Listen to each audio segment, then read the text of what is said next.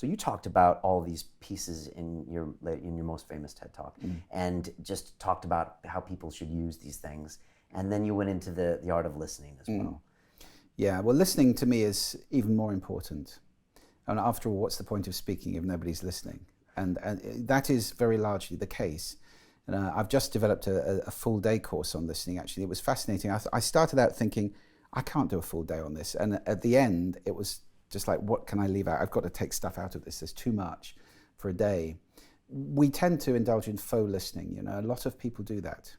Because really listening is an extraordinary thing. I mean, literally extraordinary. It's not usual. For the real listener, the person speaking is the only thing that matters in the world at that point. So real listening is not, yeah, I'm listening to you. I am listening to you. Yeah, no, carry on. That's not real listening.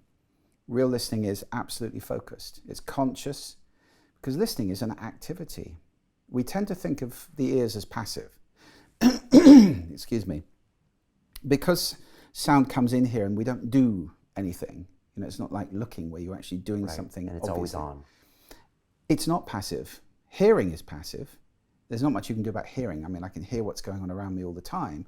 Listening is making meaning from sound. It's deciding what I'm going to pay attention to and what it means to me. So it's ascribing value and meaning to symbols, if you like, sonic patterns that we recognize, the most obvious of which is your name. So if somebody says, Brian, you go, was that for me? Excuse me. So we use our ears all the time. Unfortunately, a lot of the time, we're very lazy about it. So we might look like we're listening. There's a lot of pretend listening that goes on. You know, somebody nodding and thinking, what am I going to have for lunch? Yeah, when can I talk? Exactly.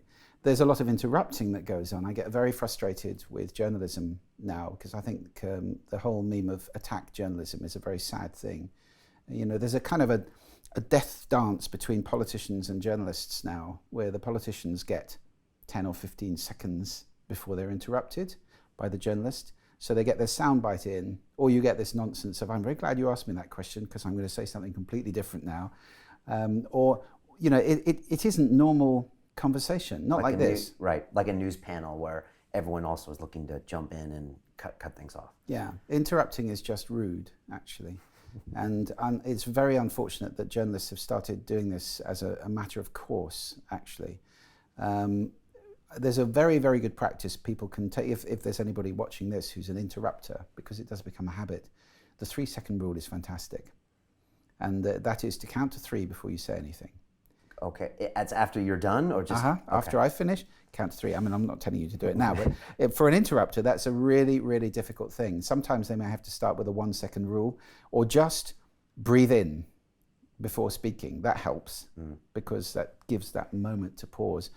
Then there's kind of what I call speech writing listening, which is where we look like we're listening, but actually we're composing our next brilliant, witty piece of repartee while this inconvenient noise over there is going on. So you get lots of non sequiturs if you're doing that from those kind of people.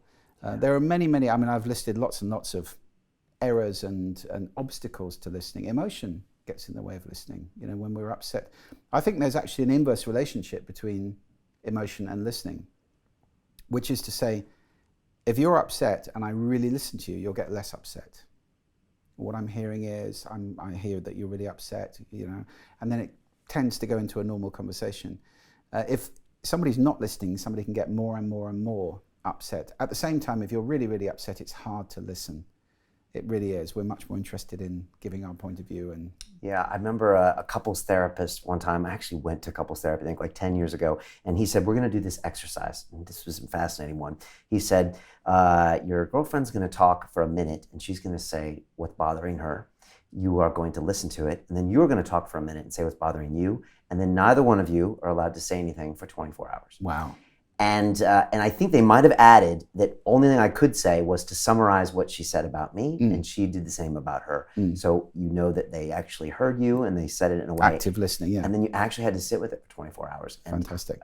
Yeah, fascinating listening exercise. Yeah. To watch the rest of this fascinating interview, click on the link below and go to londonrealacademy.com. There you can sign in with your social media, log in and watch the rest of the episode for free, along with all of our episodes on London Real, my webinars, and all of our premium content, all located over at londonrealacademy.com. So click on the link below, you'll be directed there and you can watch the rest of this fascinating interview, and I'll see you there.